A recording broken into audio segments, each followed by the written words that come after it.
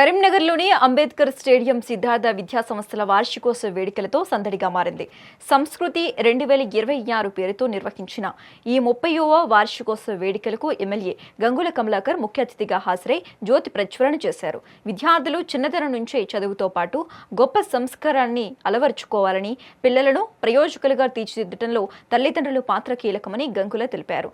పాఠశాల చైర్మన్ దాసరి శ్రీపాల్ రెడ్డి నేతృత్వంలో జరిగిన ఈ వేడుకల్లో విద్యార్థుల సాంస్కృతిక ప్రదర్శనలు ఆహుతులను విశేషంగా ఆకట్టుకున్నాయి.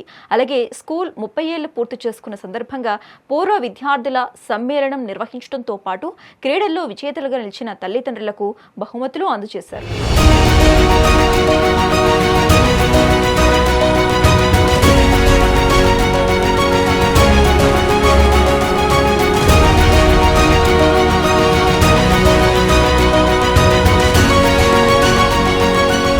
లోని మా సిద్ధార్థ విద్యా సంస్థలు 30 సంవత్సరాలు కంప్లీట్ చేసుకున్న సందర్భంగా 30 సంవత్సరాల వేడుకలు నిర్వహించడం జరుగుతుంది.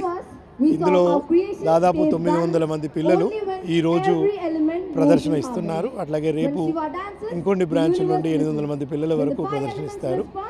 చాలా సంతోషం ఏంటంటే ఒక పెద్ద లాంగ్ జర్నీ ఎప్పటికప్పుడు అప్డేట్ చేసుకుంటూ ఎప్పటికప్పుడు వినూతనంగా మారుతున్న సమాజానికి మారుతున్నటువంటి కాలానికి అనుగుణంగా మమ్మల్ని మేము తీర్చిదిద్దుకొని 30 సంవత్సరాలు ఒక సుదీర్ఘమైన జర్నీ చేస్తాము.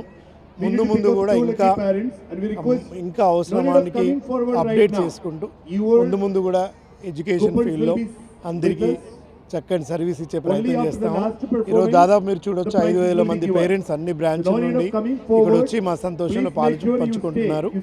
ఈ సందర్భంగా మాకు సహకరించినటువంటి మా శ్రేయోభిలాషులకి, మిత్రులకి, మా పేరెంట్స్కి అందరికీ మనస్ఫూర్తిగా ధన్యవాదాలు తెలియజేసుకుంటూ మీ ఆదరాభిమానాలు మా సిద్ధార్థ విద్యా సంస్థల పట్ల ఇలాగే కొనసాగాలని మనస్ఫూర్తిగా కోరుకుంటూ థ్యాంక్ యూ.